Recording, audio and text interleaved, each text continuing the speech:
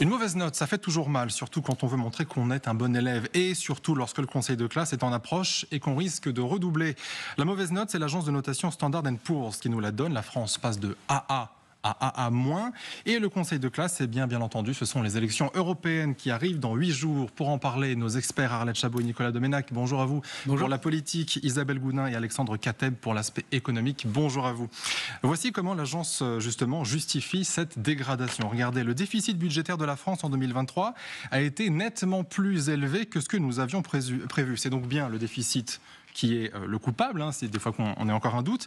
On va voir que les oppositions, elles s'en donnent à cœur joie dans un instant. Mais d'abord, quand même, Isabelle, Bruno Le Maire, il assure qu'il n'y aura pas d'impact sur le quotidien des Français. C'est vrai ou c'est faux ? C'est faux, forcément, parce qu'il va y avoir un impact, forcément. Ne serait-ce que, par exemple, déjà, le prix de la dette va peut-être nous obliger à emprunter plus cher sur les marchés financiers. Bon, ça, on ne sait pas forcément dans quelle mesure. La dette reste encore très bonne, puisque c'est vrai que, on va dire que cette dégradation nous fait encore avoir une note à peu près de 17 sur 20, alors qu'on était à 18 sur 20. Mais quand même, ça serait une première conséquence. Mais pour les Français, on voit bien que ce que nous dit l'agence, c'est quoi ? Il faut absolument qu'on rétablisse une véritable trajectoire de désendettement. Donc, il faut faire encore des économies. Les économies, elles ont déjà commencé avec, par exemple, la réforme des retraites, mais également avec la réforme qui a été annoncée cette semaine sur l'assurance chômage, qui durcit encore les conditions d'accès à l'assurance chômage. Et puis, on parle, par exemple, aussi de rendre plus difficile le remboursement, vous savez, des arrêts maladie. Donc, on voit bien que tout ça va impacter forcément la vie des Français. Et ce sont les premières mesures d'économie qui sont annoncées. Et il y en aura d'autres. Donc, finalement, il y aura bien des conséquences véritables dans la vie de tous les jours. Alexandre Kateb, ce que dit aussi Bruno Le Maire, c'est que la raison principale de cette dégradation, c'est que nous avons sauvé l'économie française. Autrement dit, il dit que c'est injuste. Vous êtes d'accord avec ce constat ?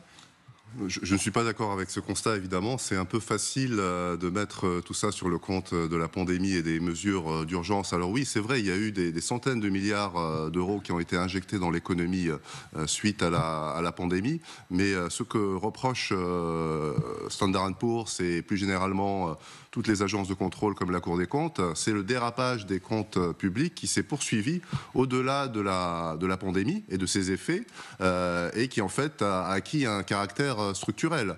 Et en fait, on revient au vieux travers français qui est de ne jamais pouvoir voter des budgets à l'équilibre et de se contenter de surfer finalement sur une vague conjoncturelle portée notamment par les autres pays et par des conditions monétaires qui étaient très accommodantes dans les années 2010, mais qui aujourd'hui sont restrictives avec des taux d'intérêt qui sont très élevés aujourd'hui, contrairement au taux d'intérêt de 0% qu'on avait dans les années 2010, donc avant la pandémie, et une croissance qui reste très faible, atone, et qui est évaluée à 1% par an sur la période des 3 prochaines années par les différentes agences qui surveillent l'économie française. Donc en fait, il y a un véritable déséquilibre et les coupes qui ont été annoncées, les 20 milliards dont 10 n'ont pas encore été précisés, en fait sont clairement insuffisantes.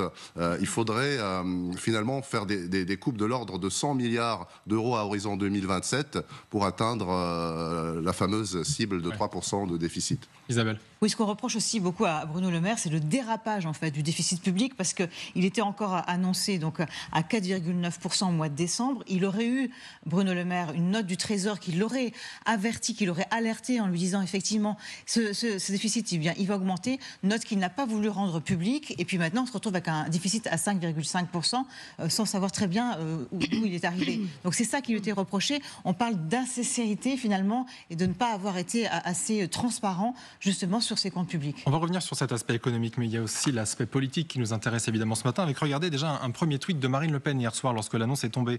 La gestion catastrophique des finances publiques par les gouvernements, aussi incompétents qu'arrogants, a mis notre pays dans de très graves difficultés, cumulant record d'impôts, de déficit et de dettes. Justement, on est en direct avec Philippe Ballard, le député RN de l'Oise.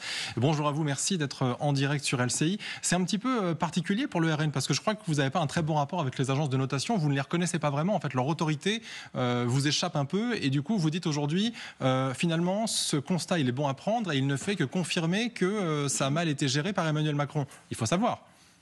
Ah oui, non, pas du tout. On n'a pas besoin des agences de notation pour savoir que notre situation économique et financière est catastrophique. Absolument plus rien n'est tenu et depuis de très très longues années. On va juste rappeler un chiffre. La charge de la dette dans le PLF, c'est-à-dire dans le budget adopté par 49.3, on s'en souvient tous, à l'automne dernier, c'était 48 milliards d'euros. En 2027, quand Marine Le Pen, Jordan Bardella vont arriver au pouvoir, on sera à 80 milliards d'euros. Ça sera le premier poste budgétaire, devant l'éducation nationale, devant la dépense. Il faut savoir que cette année, la France va emprunter 275 milliards d'euros sur les marchés financiers. Il n'y a pas un pays d'Europe qui fait pire. Pas un pays d'Europe qui fait pire. Montant de la dette, vous connaissez le chiffre, 3 000 milliards d'euros. Voilà, plus rien n'est tenu. Vous parlez de la crédibilité de ces agences de notation. Si on fait un petit peu d'histoire, on se souvient qu'au début des années 2000, ces mêmes agences conseillaient la Grèce. Et puis quand la Grèce, en 2008, est tombée au fond du trou, ces mêmes agences ont noté la Grèce avec des notes, c'était A, enfin voilà, ils les conseillent, la Grèce se plante et là, ils dégradent leurs notes. Donc voilà, c'est pour ça que la crédibilité de ces agences, on peut quand même l'observer d'assez loin. Mais moi, je ramène tout simplement à ce qui va se passer lundi à l'Assemblée nationale, la motion de censure, puisque nous avions donné un mois au gouvernement pour présenter enfin un vrai budget, un budget rectifié, comme l'on dit, un budget que l'on pouvait débattre dans l'hémicycle, plutôt que d'employer le 49.3, comme sur le budget de l'État, le budget de la sécurité sociale. On avait donné un mois à Bruno Le Maire et au gouvernement pour le faire, ils ne l'ont pas fait. Donc lundi, nous déposons une motion de censure. On verra l'attitude de la NUPES, a compris, on a très bien compris, ne votera pas cette motion de censure. Et puis LR, on attend l'attitude des députés LR. Vont-ils voter cette motion de censure? Rien n'est moins sûr. C'est un peu toute la question, et on va en reparler, Philippe Ballard. Mais d'abord, qu'est-ce que vous répondez ou répondriez à Bruno Le Maire qui dit en fait justement, si aujourd'hui on se fait dégrader par cette agence, c'est parce qu'on a justement fait des efforts de budget pour pas que les Français soient impactés. Qu'est-ce que vous lui répondez? Que c'était un mauvais choix tactique? Déjà, je lui réponds que c'est un menteur.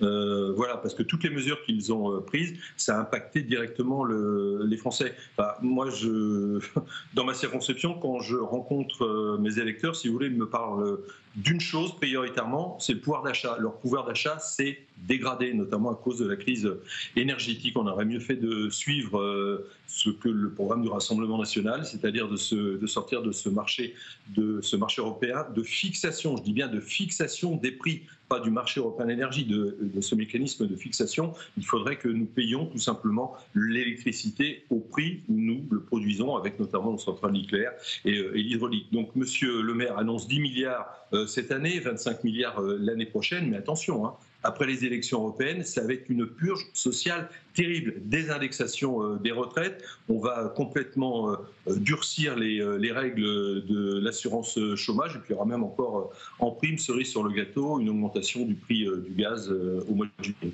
Philippe Ballard, dernière question. Il est évident qu'une mauvaise nouvelle comme ça est très mauvaise pour la majorité et donc, accessoirement, à 8 jours d'une élection pour Valérie Ayé, la candidate de Renaissance. Est-ce que selon vous, alors s'il y a un impact négatif pour elle, il peut en avoir un positif pour vous? Est-ce que mécaniquement, il pourrait y avoir des reports de voix qui iraient dans votre sens?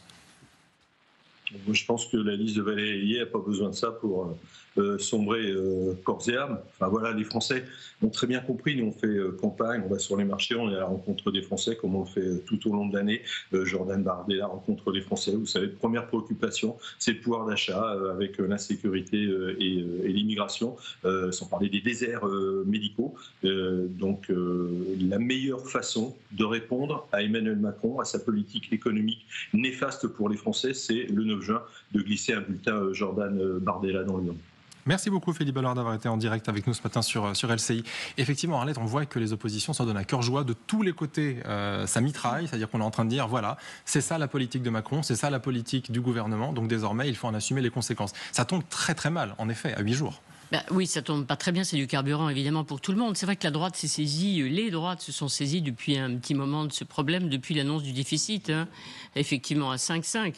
Les LR, les premiers, parce qu'on ne parle pas beaucoup des Républicains, mais il y a une mission d'information qui est lancée au Sénat, justement pour tenter d'expliquer cette erreur de prévision de Bercy. Ça ne se passe pas très bien au Sénat, c'est en ce moment. Donc les LR dénoncent depuis plusieurs mois maintenant, effectivement, la gestion gestion par le pouvoir. Après, pour le RN, c'est aussi un formidable cadeau parce que le gouvernement n'arrête pas de dire mais regardez, le programme irresponsable du Rassemblement national et de Marine Le Pen. Marine Le Pen renvoie, vous savez, elle aime beaucoup rebaptiser Emmanuel Macron le Mozart de la finance. Donc je suis sûr que dans les jours qui viennent, on va entendre cette expression sur le thème, voilà ce que donne l'action du Mozart de la finance avec effectivement Bruno Le Maire. Et puis la gauche, évidemment, va alimenter le débat aussi sur ah bah oui, mais alors pour réduire le déficit, arriver aux 3% objectif maintenu en 2027, comme le répète Bruno Le Maire, oui, il va y avoir des mesures terribles et on va serrer partout et les Français vont souffrir. Donc c'est vrai que c'est un carburant qui arrive à quelques jours, effectivement, du scrutin des européennes. Bien entendu, c'est pas forcément directement lié, évidemment, au débat européen, mais en même temps, on se compare et en même temps, on va dire, bah oui, regardez, il faut d'abord sanctionner, et c'est ce que disent les oppositions, le président de la République et son gouvernement. Justement, Nicolas, penchons-nous une seconde sur le cas LR, parce que regardez ce qu'a tweeté Éric Ciotti. Il dit « La France est sanctionnée pour ses errements et ses inconséquences budgétaires et pour la piteuse gestion des finances publiques du duo Macron-Le Maire ». Est-ce que quand il dit « là, la France est sanctionnée », il veut dire « le gouvernement est sanctionné, ça suffit » ou est-ce qu'il dit « c'est sanctionné et c'est à sanctionner encore davantage avec ces fameuses motions de censure qui seront lundi à l'Assemblée ». Est-ce que selon vous, c'est un indicateur justement de ce qui va se produire? Parce qu'on attend LR justement au tournant sur ce sujet. On les attend et le Rassemblement national en particulier les attend. La motion de censure est faite pour ça, pour les mettre en difficulté parce qu'ils s'en sont pas sortis. Est-ce qu'ils vont la voter ou pas? Ils sont partagés là-dessus. Pour l'instant, on dit qu'il y a 3/3 des parlementaires LR et que dans ces 3/3, il y en a un tiers qui est pour voter la motion de censure, un tiers contre et un tiers qui hésite. Donc qu'est-ce qu'ils vont faire? C'est difficile pour eux parce que s'ils ne votent pas, ils vont être désignés, dénoncés par le Rassemblement national comme des opposants en peau de lapin. Alors que s'ils votent inversement, ils risquent de perdre une partie de leurs députés qui, eux, disent on est un parti de gouvernement, on ne va pas joindre nos voix au Rassemblement national. Donc c'est un moment délicat à gérer pour eux. Ils sont menacés d'encore plus d'inexistence qu'aujourd'hui derrière des hauts cris et des critiques parfois féroces et parfois complaisantes. Alexandre Kateb, la stratégie maintenant pour le gouvernement, c'est de dire regardez, on a une vision claire. C'est d'ailleurs ce que fait Bruno Le Maire quand il dit notre stratégie reste la même, réindustrialiser, atteindre le plein emploi et tenir notre trajectoire pour revenir sous les 3% de déficit en 2027. Est-ce que c'est tenable? Est-ce que cette stratégie, elle peut être défendue aujourd'hui et elle peut, j'allais dire, sauver les meubles, encore une fois, avec ce scrutin des européennes qui approche? Je crois que la crédibilité aujourd'hui de cette stratégie, en fait, qui est la même depuis 2017 et mise à mal. On en a remis une couche à partir de 2020. Cette stratégie, effectivement, sa crédibilité est remise en cause parce qu'on n'a pas vu les conséquences sur la croissance. La croissance est restée relativement faible, hein, si on met à part le rebond de 2021 après la pandémie. Mais ensuite, on voit bien qu'il y a un problème de croissance en France et c'est pas les quelques 100 000 emplois industriels qui ont été créés et qui sont annoncés un peu partout, qui ont inversé cette donne. Donc je pense qu'il faut vraiment aujourd'hui réfléchir en termes de priorité. La priorité, clairement, c'est de redresser l'équilibre des comptes publics, ce qui donnera une crédibilité plus grande aussi au chef de l'État au niveau européen, où il a des ambitions très importantes, mais ces ambitions ne sont pas crédibles si la France elle-même n'arrive pas à gérer ses comptes publics. Il y a aussi, Isabelle, la simple question mathématique, c'est-à-dire qu'aujourd'hui, il faut en effet arriver à faire des milliards d'économies. On a dit qu'il y avait une enveloppe pour essayer justement de réduire un peu le budget, mais il va falloir creuser un peu plus.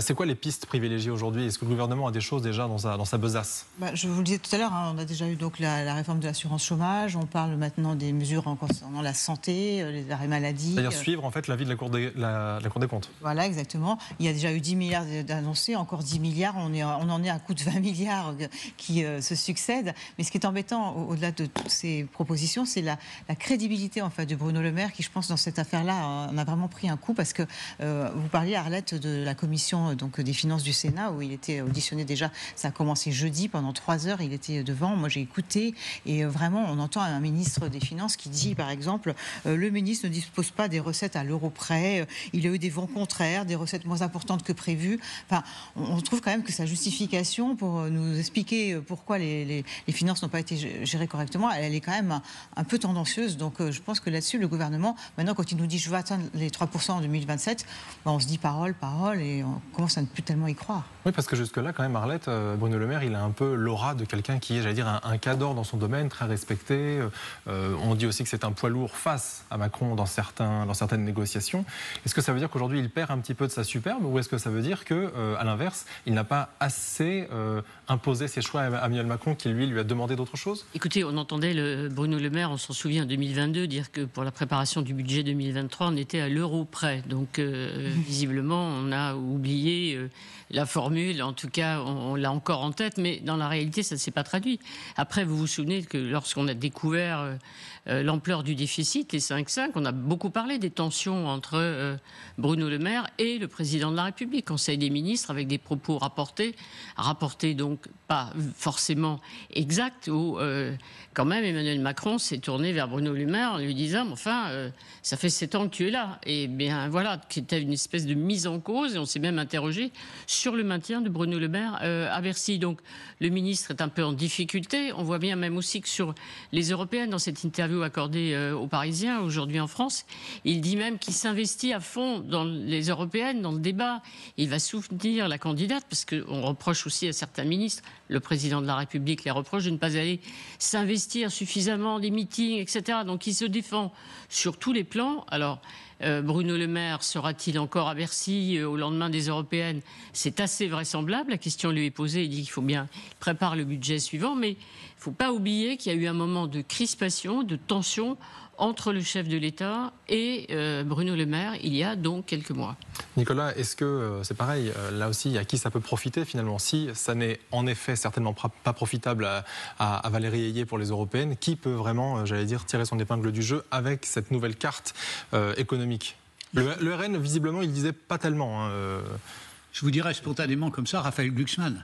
Parce que si se confirment les deux dynamiques opposées, celle de Valérie Ayé qui est à la descente et celle de Raphaël Glucksmann qui est à la montée, comme cette nouvelle va accentuer le malaise autour de la campagne de la majorité, parce que rappelez-vous quand même que plus le président de la République est intervenu, plus le Rassemblement national en a profité, a été mobilisé, moins la liste de Valérie Ayé en a profité. Donc là, cette fois-ci, elle prend un coup supplémentaire, alors même que la zizanie augmente au sein de l'état-major de cette liste-là, où chacun dit qu'il faudra mieux faire ceci, faire cela, que le président arrête de se montrer partout, que machin se montre plus, etc. Et donc, c'est pas en affaiblissant avec un ministre de l'économie, le grand argentier encore plus affaibli, sa rigueur encore plus mise en cause, le sérieux de la gestion contesté, que ça peut s'améliorer. Donc, pour l'instant, je vois surtout Raphaël Glucksmann. D'autant que selon notre sondage quotidien, alors le dernier était d'hier, mais on était à 14% pour Raphaël Glucksmann, 15,5% pour Valérie Ayé, ce qui veut dire qu'effectivement, à la faveur d'un épisode comme celui-ci, les courbes peuvent s'inverser. Arriver deuxième, c'est déjà un gros problème. Arriver troisième, ce serait vraiment un camouflet total. Ah, ça serait une sanction terrible, quoi. Terrible. Là, il serait obligé de prendre une initiative politique, à mon sens. Hein. Tandis que jusqu'ici, on a dit qu'il se contenterait d'enjamber le résultat du 9 donc, à venir. Donc là, effectivement, si ces dynamiques se confirment, à la fois le Rassemblement national au-dessus de 30 et Raphaël Glucksmann en second, on ne pourra pas rester inerte, comme on dit. Il y a un thème aussi qui va revenir, c'est la hausse des impôts, parce qu'on ne pourra pas y couper. Ouais. Et ça, c'est quelque chose qui a été tabou au sein de la majorité. Ah oui, il avait dit jusqu'à présent. Voilà. Jamais je vous montrerai les impôts. Mais aujourd'hui, on ne voit pas comment on peut ne pas augmenter les impôts dans les années à venir pour rétablir les comptes publics. Et donc, là aussi, ça va donner des arguments, notamment au Parti socialiste et à d'autres forces qui défendent cette hausse des impôts et la fin des cadeaux fiscaux aux grandes entreprises, hein, le fameux Choose France, mais finalement, qui a dégradé les comptes publics sans donner plus de croissance. Merci à tous les quatre. Vous restez avec nous parce qu'on va ouvrir à présent une page internationale avec, c'est vrai, une proposition de cessez-le-feu peut-être dans la bande de Gaza. Proposition qui émanerait d'Israël, mais qui a surtout été annoncée et relayée par les Américains. Est-ce qu'on a une chance de voir un cessez-le-feu aboutir dans le territoire palestinien? On en parle dans un instant avec nos experts internationaux. À tout de suite.